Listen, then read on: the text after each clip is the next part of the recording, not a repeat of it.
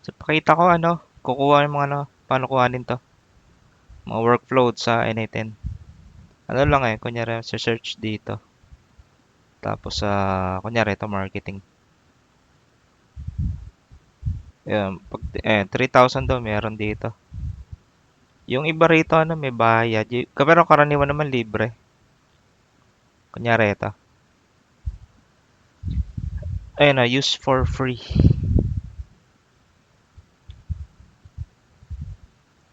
So, ito yung ano, details ng comparison. Ito.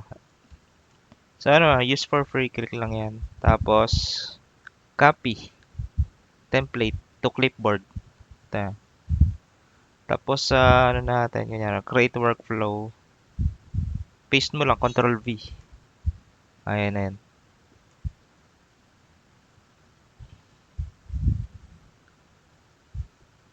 Ayan. Ano na to. Ayan, may mga guides na sila. So, yun. Ganun lang yan, no? Kaya nga lang marami rito ng mga parang incomplete. Yung parang ano lang, parang base lang. Ikaw na magtutuloy. Ikaw mag-improve. So, ganun yung karaniwan dito. Halos pang ano lang siya, parang pang personal or practice lang ng iba. So, yung mga karaniwan na kumakalat sa mga online na mga free, mga YouTuber, karaniwan dito lang din kinuha yan. Tapos yung iba, binibenta lang ulit ito. So, ganun. Madami na ako na-check na karampa na ito. Yung, may iba, may pakikinabangan ka siguro, konting part ng ibang workflow nila. Yan.